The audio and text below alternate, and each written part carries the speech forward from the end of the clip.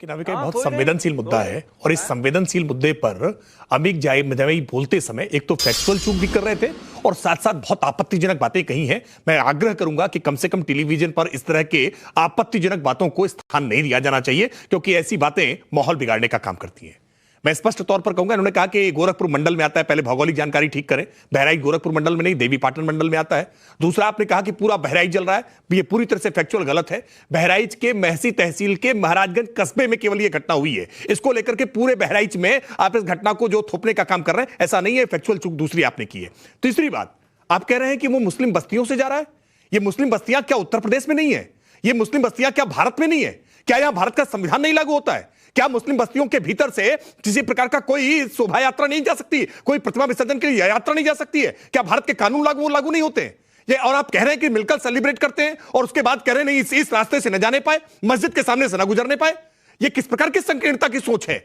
सच बात यह है कि समाजवादी पार्टी की ये जो डिवीजन वाली पॉलिटिक्स है ना, इस डिवीजन वाली पॉलिटिक्स के कारण ही ये स्थिति बनी है। अमित जावेद, आपको जिम्मेदारी से सुन रहा था मैं, आप आपत्तिजनक बात आप कर रहे थे, उसके बावजूद जिम्मेदारी पूर्वक मैंने सुना है आपको। और हम शासन व्यवस्था में है, हम निश्चित तौर पर जिम्मेदारी से सुनना भी जानते हैं और जवाब देना भी जानते हैं। और स्पष्ट तौर पर सुन लीजिए, स्वर्गीय रामगोपाल मिश्रा की हत्या करने वाले हत्यारे पाताल के भीतर भी चुप कर बैठ जाएं। योगी आदित्यनाथ जी की सरकार है, खींचकर वहां से बाहर निकालने का काम करेंगे और मुकम्मल अंजाम तक पहुंचाएंगे। दंगा करने की कोशिश अगर कोई करेगा ना, तो उसको छोड़ने वाले नहीं है। उत्तर प्रदेश को हमने दंगों से मुक्त करने का काम किया है। याद करिए, उत्तर प्रदेश समाजवादी पार्टी के शासनकाल में कर्फ्यू नियति हो गई थी उत्तर प्रदेश की। कोई उत्तर प्रदेश का जिला ऐसा नहीं था जहां कर्फ्यू लगाना पड़ता हो, लेकिन हमने उत्तर प्रदेश को कर्फ्यू मुक्त करने का काम किया है। और साजिश चाहे जितनी रचने की कोशिश करिए, ये 2024 में कुछ सीटें आपको क्या मिल गई हैं कि अराजकता फैलाने वालों को, उपद्रवी तत्वों को लगती है कि ऑक्सीजन मिल गई है। समाजवादी पार्टी का कुछ प्रभाव क्या बढ़ गया कि इस तरह की घटनाओं का करने का लगातार प्रयास हो रहा है? भूल गए हो, उत्तर प्रदेश में अभी भी योगी आदित्यनाथ जी की सरकार है और पूरी कठोरता से कानून का डंडा चलेगा। आप कह रहे हैं कि सरकार के आला अधिकारी नहीं पहुंचे, एडीजीएलओ को आप स्वयं स्वीकार कर रहे हैं। तुरंत एडीजीएलओ पहुंचे हैं, सरकार के आला अधिकारी पहुंचे हैं और निश्चित तौर पर जिन अधिकारियों कर्मचारियों की गलती है, जिन प्रशासनिक अधिकारियों की गलती है, जो इन्होंने उपेक्षा लापरवाही की है, कार्रवाई उनके खिलाफ भी होगी। लेकिन अमित जावेद, सोच समझ करके बोलिएगा, आपके हर शब्दों पर भी निगाह हमारी रहेगी। अगर दंगा भड़काने की कोई चेष्टा की तो कार्रवाई पूरी मुकम्मल आपके खिलाफ भी होगी। और अपने नेता अखिलेश यादव जी को समझाइए कि ऐसे मसले पर इस तरह की छोटी छोटी बातें लेकर के वो जो माहौल खराब करने का प्रयास कर रहे हैं, वो कह रहे हैं डीजे में कुछ आपत्तिजनक बज रहा था, आप सबूत पेश करिए। डीजे में अगर कुछ आपत्तिजनक पेश किया गया है तो आप एफआईआर लिखाइए।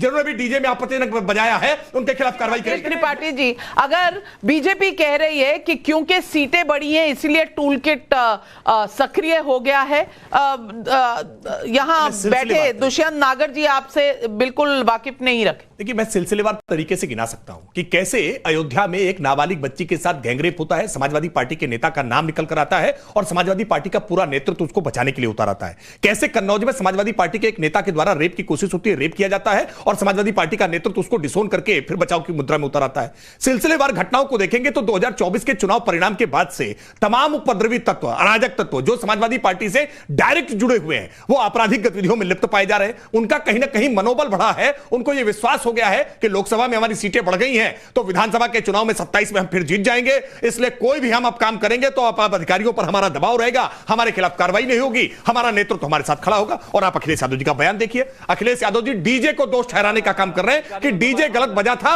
इसलिए वहां निकाल करके गोली मार दिया गया और गोली मार देने को जस्टिफिकेशन देने का एक परोक्ष रूप से काम कर रहे हैं। यह बहुत दुर्भाग्यपूर्ण है। किसी भी तरह की राजनीति में हिंसा को जायज ठहराने के लिए अगर कोई कारण निकाला जा रहा है तो बहुत दुर्भाग्यपूर्ण है। अगर कुछ गलत हुआ है तो गलत की शिकायत करिए, शिकायत पर अगर शासन कार्रवाई ना करे तो आप धरना प्रदर्शन आंदोलन करिए, लेकिन बिना शिकायत किए अगर उपद्रव कोई कर रहा है, हिंसा कोई कर रहा है, वहां मां भगवती की प्रतिमा को तोड़ा गया है, पथराव करके मां दुर्गा की प्रतिमा को तोड़ा जाएगा, लोगों की भावनाएं भड़कती है इस बात को जानते हुए। और ये केवल यूपी में नहीं हुआ है, आप पश्चिम बंगाल में देखिए, आप बिहार में देखिए, राजस्थान में देखिए, मध्य प्रदेश में देखिए, गुजरात में देखिए, कई राज्यों में, तेलंगाना, आंध्र, कर्नाटक, सब जगह दिख रहा है। एक बिल्कुल ट्रेंड दिखाई पड़ रहा है कि हिंदुओं का कोई त्योहार होगा, गणेश प्रतिमा हो, दुर्गा प्रतिमा हो, आप विसर्जन करने का प्रयास करेंगे, कांवड़ यात्रा निकालने का प्रयास करेंगे, भांति भांति प्रकार से उस पर रिस्ट्रिक्शंस लगाए जाएंगे शासन के द्वारा और उसके बाद उस पर उपद्रव किया जाएगा, पथराव किया जाएगा। आप डीजे मत बजाइए, आप उसमें ढोल मजीरा मत बजाइए।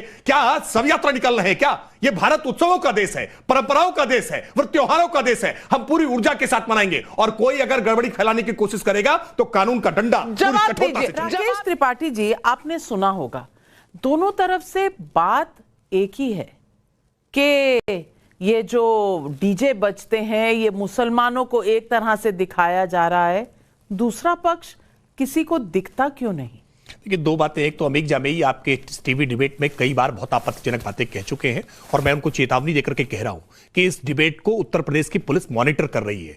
अगर कहीं इस प्रकार की आपत्तिजनक बातें आपने दोबारा दोहराई तो आपके खिलाफ भी कठोर कानूनी कार्रवाई होगी। यहां पर जो भी कह रहा है कुछ भी चैनल उसके लिए बिल्कुल कोई रिस्पॉन्सिबिलिटी नहीं रहता और ये एक्सप्लेनेशन और ये संयम में रहना ये आपका खुद का कर्तव्य है। आप रिकॉग्नाइज्ड नेशनल पॉलिटिकल पार्टी से हैं। मैं अपने सारे ही पैनलिस्ट को यह बताना चाहती हूं। मैं दूसरी बात जोड़ूं। विवेक श्रीवास्तव ने कहा कि पिछले 10 वर्षों में यह कुछ हो रहा है। इस देश के सांप्रदायिक दंगों का इतिहास एक बार विवेक श्रीवास्तव जरा पलटकर पढ़िएगा कि कैसे कांग्रेस के शासनकाल में हासिमपुरा और मलियाना जैसी घटनाएं हुआ करती थी। सैकड़ों लोग और सिख नरसंहार याद है सबको, देश ने देखा है कि कैसे राजीव गांधी ने बताया था कि धरती हिली है, बड़ा पेड़ गिरा है। तो सांप्रदायिक दंगे इस देश में आज देश में भारतीय जनता पार्टी की सरकार बनने के बाद से लगातार कम हुए हैं। कठोर कानून व्यवस्था से हमने इसको रोकने का काम किया है और आज देश में अगर सबसे ज्यादा सांप्रदायिक हिंसा की घटनाएं हो रही है ना तो बंगाल में हो रही है। उस बंगाल में जाकर के पता करिए कि ममता दीदी की ममता क्यों बरसती है दंगाइयों पर। इस उत्तर प्रदेश में हमने सांप्रदायिक दंगों को पूरी तरह से नियंत्रित करने का काम किया है, सांप्रदायिक हिंसा की घटनाओं को रोकने का काम किया है। लेकिन आखिरकार क्या कारण है कि 2024 के चुनाव में लगातार जो पराजय से पहले हो रही थी कि 14 हारे, 17 हारे, 19 हारे, 22 हारे, इन सारे चुनाव में पराजय के बाद इन दंगाइयों का मनोबल टूटा था। ये 24 में आंशिक सफलता मिली क्या कि ये दंगाइयों के पर बाहर निकल आए। ये समाजवादी पार्टी को ताकत मिलते ही उत्तर प्रदेश में परिवर्तन की आहट दिखाई पड़ रही है। हम इस आहट को पूरी तरह से कुचल देंगे, हम ऐसे दंगाइयों को पूरी तरह से कुचल देंगे। मनीषा का बेगूसराय से सवाल है, सिर्फ हिंदू यात्राओं पर ही हमला क्यों होता है?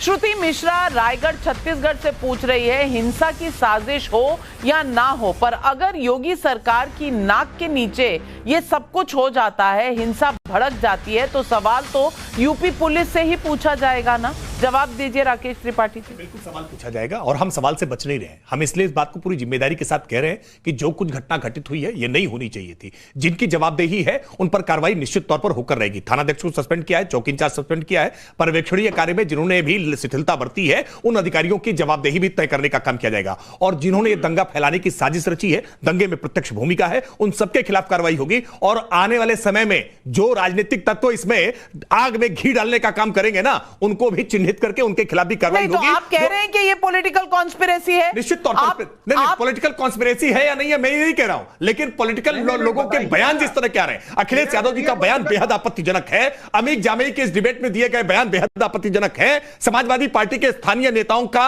इसमें भूमिका निश्चित तौर पर आपत्तिजनक दिखाई पड़ रही है। और इसलिए मैं कह रहा हूं कि कहीं ना कहीं इस आग में घी डालने का काम प्रतिपक्ष के द्वारा लगातार किया जा रहा है और ऐसे लोगों को चिन्हित करके उनके खिलाफ कार्रवाई करेंगे।